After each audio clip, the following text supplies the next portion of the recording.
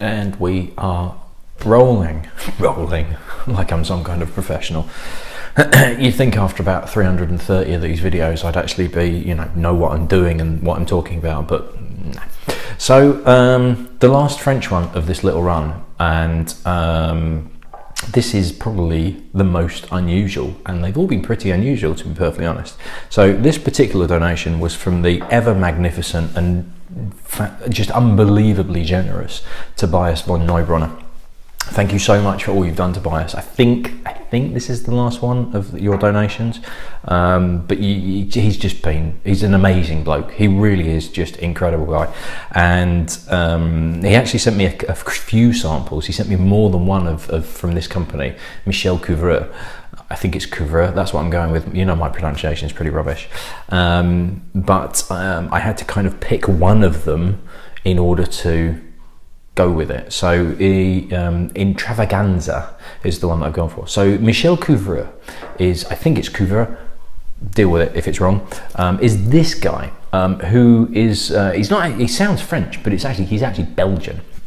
And in the 50s he was like a wine exporter that was his main market was in Scotland, so he was selling wine into Scotland. And in the late 70s a number of people basically said to him, his friends and colleagues said, look, you need to get a kind of a whiskey into your portfolio, and that moved him from wine, gave him a passion for whiskey. So he was very passionate about the influence of casks on whiskey as well. And in the 70s, there was beginning to be more of an influence of American oak. So we're looking at like bourbon casks and things like that in maturing whiskey. And he was a very firm believer that literally 90%, if not more, of the flavour and character of whiskey was from the cask, not from the distillation process itself and the ingredients that went into it. The cask was the most important thing. And he wasn't particularly keen on the fact that this American influence was, bourbon casks were being used, and it was starting to very heavily influence where whiskey was going. So he was the firm belief that it was European oak. That was what got Scotch whiskey to where it was. So he settled down in Burgundy in a place called Burn, or Bone, I think it is, which is here. And the reason he picked that was he wanted to use sherry casks, but it's very difficult to get hold of sherry casks, and you actually have to buy them direct from the sherry producers themselves. So you need to go to Spain and Jerez and all these places to buy the casks directly from the producers. So Burgundy is about halfway between Spain, Andalusia, Jerez and Scotland. So that's why he kind of got himself in the centre, so that he could go and get the casks. What he's also doing is he's getting stock from Scotland and bringing it back and maturing it himself. So he's not distilling whiskey, and I say he because he actually died in 2013. So he wasn't, it's still going, but he wasn't, he didn't have a distillery, he wasn't distilling himself, he was buying stock. He was basically a whiskey finisher or a whiskey maturer, because he was getting stock from Scotland, bringing it back to his, like a cellar essentially, with all these casks in, cellar, warehouse, whatever you want to call it, where he had all these casks that he'd bought from predominantly Spain to then mature whiskies the way he wanted to do it. Now, Intravaganza, for some reason there's an apostrophe between the N and the Z at the end of Ganza. I had no idea what that is. I couldn't find out. If anybody does know why, please put it in the comments, because not a clue. Intravaganza is, and I don't know why it's Intravaganza rather than Extravaganza, maybe because it's supposed to go the opposite way of an extravaganza, and it's supposed to be more subdued. You take more time over it on your own rather than going, ta-da, here's a whiskey. I don't know. So this particular one is, it's whiskey. Now, it's not called Scotch because he's buying it before it's even hit 3 years. You can sell it as Scotch whiskey, and you can call it Scotch whiskey once it's been matured for 3 years in cask. And I think in this case, it is literally distillate that he's buying. It's not even been matured. If it has, it's been in for like not that long at all, even if a year, that he's getting this stock and he's buying it in bulk. I don't know where he's getting it from. I don't know what Scotch distillery he's got it from. Anything like that, it's all a big mystery. It's quite hard to find any details on this because a lot of the websites that I was finding were in French and Belgian and everything like that. This is not easy to find. This is what the bottle looks like. It's not exactly the fanciest packaging in the world, and it seems like a lot of Couvreur's releases are this type of packaging. Price-wise, no idea. I couldn't find anywhere in the UK that was selling it. And the prices that I did find in euros were bouncing around all over the place. Roughly 80, 90, 100 euros, but who knows? It's a bit of a mystery, this one. 50%, and apparently they are using water from Scotland to dilute it down rather than French. Don't know. Again, you know, it seems a little bit excessive. It seems a bit like increasing your cost of production when French water is pretty good, you know. So yes, this is it's my dog dreaming. This has been matured apparently for 3 years in Moscatel and what was the other cask? Oloroso sherry casks. So Moscatel is more of a kind of a dessert wine, and Oloroso really rich, really sweet sherry casks. I would probably assume no colouring added, and I don't think any filtration as well. In fact, yeah, there is bits floating around in there as well. So it's yeah, I would guess probably not filtered. So this is kind of a weird whiskey because it's sort of Scotch and French. Which was it? Taguchi was the Japanese one, where they were actually buying in whiskey from Scotland, and then it was casks from Canada, but they were then maturing it in Japan. So they were basically saying that because they brought it in and they were maturing it in Japan, it was kind of Japanese whiskey, but technically not. So this is sort of the same thing, where it's not marketed as Scotch whiskey. It's not a Scotch whiskey that happens to be bottled in France. It's a whiskey spirit, or you know, it's a spirit from Scotland that is then matured in France using casks predominantly from Spain. So bit of an odd one. Very, very interesting though, and I'm really intrigued to see what this is like, because Moscatel, quite a sweet dessert wine. Oloroso sherry does work really well in whiskey. Most Olorosos that I've come across, Oloroso matured whiskies I've come across, it works very well. Again, rich sherry. Oloroso Pedro Jimenez, which is probably a bit sweeter than that, tend to work quite well with whiskey, but Moscatel I'm not sure. So this could be really good or really, really awful. You can really pick up the sherry on the nose. There's sultanas, there's banana on that. There's cashew nuts as well. Tell you what it is, it's honey roasted cashew nuts, and there is a honeyed character to it. But yeah, honey roasted cashew nuts, which I love.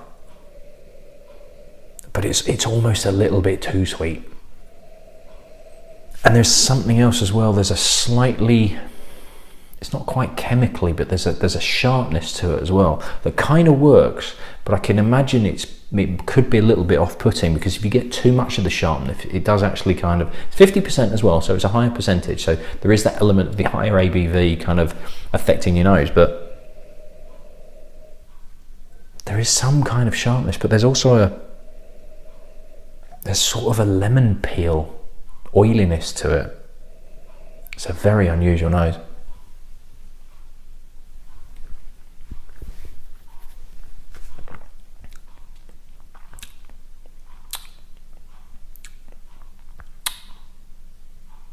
I really don't know what to make of that.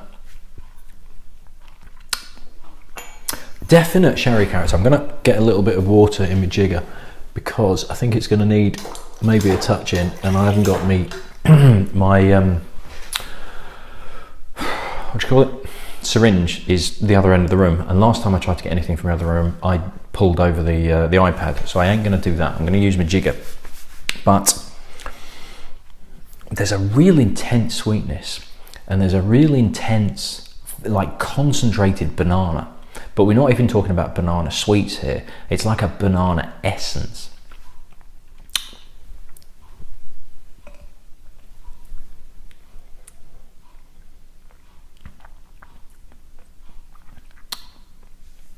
I don't know if I like that or not.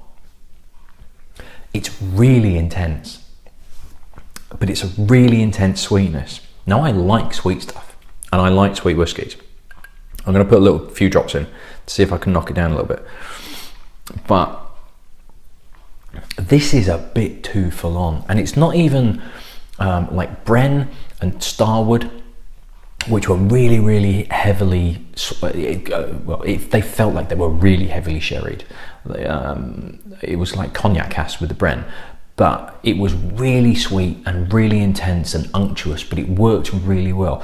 This, on the other hand, is very, very sweet, but it's not that it's cloying, but there's something else there that isn't quite working with it. And it's not quite a sourness, it's not quite chemically, there's something, and I just can't put my finger on it, that just isn't quite, it's not quite working. Now it might be, it's just the higher alcohol percentage. So I've got some water in and we'll see how we go.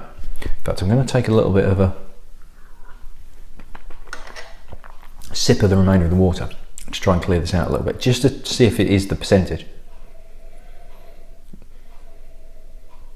Whoa, that's weird. There's more lemon coming through now, and it's less lemon peel oil, it's lemon zest.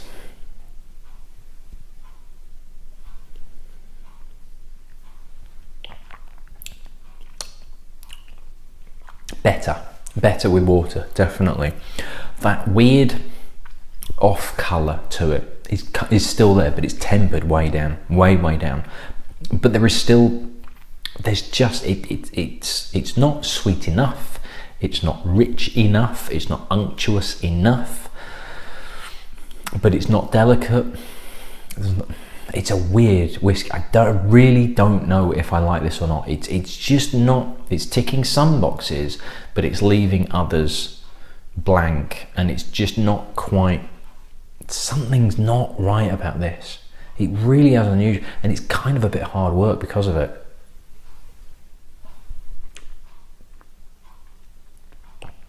I think it's the Moscatel. I think it's the Moscatel influence is not working. With it being more of a kind of like a dessert wine than sherry, rich sherry, as Oloroso, I think it's giving something that just doesn't work. It just doesn't click for me personally. Now it might be that it floats your boat, that actually that slight, it's not a sharpness, it's not a sourness, that whatever that is, that je ne sais quoi, works for you. But I think you need to try this first. I think if it's something you want to try and get your hands on, I think you need to try it first before you splash out for a bottle of it, because I would be a bit disappointed if I got this as a bottle, and I think I'd struggle to work my way through it. Yeah. So that's French done. That's French whiskies, which were, how many did we do in the end? 1, 2, 3, 4, 5, 6, 7 French whiskies, which is before the other week is 7 more than I'd ever had, and to be honest, I was impressed. Edu was nice, Bren was very, very good indeed, Glenamore, I don't think it's Glenavore as I kept saying it, and Cornog were both excellent, and the Gallic was good, Armoric was a bit of a disappointment. So we're well over 50% of a good hit rate for me personally, and it encourages me to find out more, see if there's any other French out there. Brittany seems to be where it's at, definitely, but there's some good stuff out there, and it's well worth checking it out. And I think you'll find French whiskey starting to become easier to find, because it looks as though it's becoming a bit of a growing market. I think certainly Bren with Alison Patel is really kind of pushing that, and I think as a result of her really getting that brand out there, that's going to create a bit of an opening for some of the other distilleries. Now, Andrew A.P. Butler, who gave me the samples for Glenamore and Cornog, did say that there was a new version out this year, and it sounded like they may be back up and running. I don't know, but definitely worth checking out. Right, we're going to take having spoken about Spain and Andalusia, that's where we're going to go next. So I shall see you at the next one. Cheers.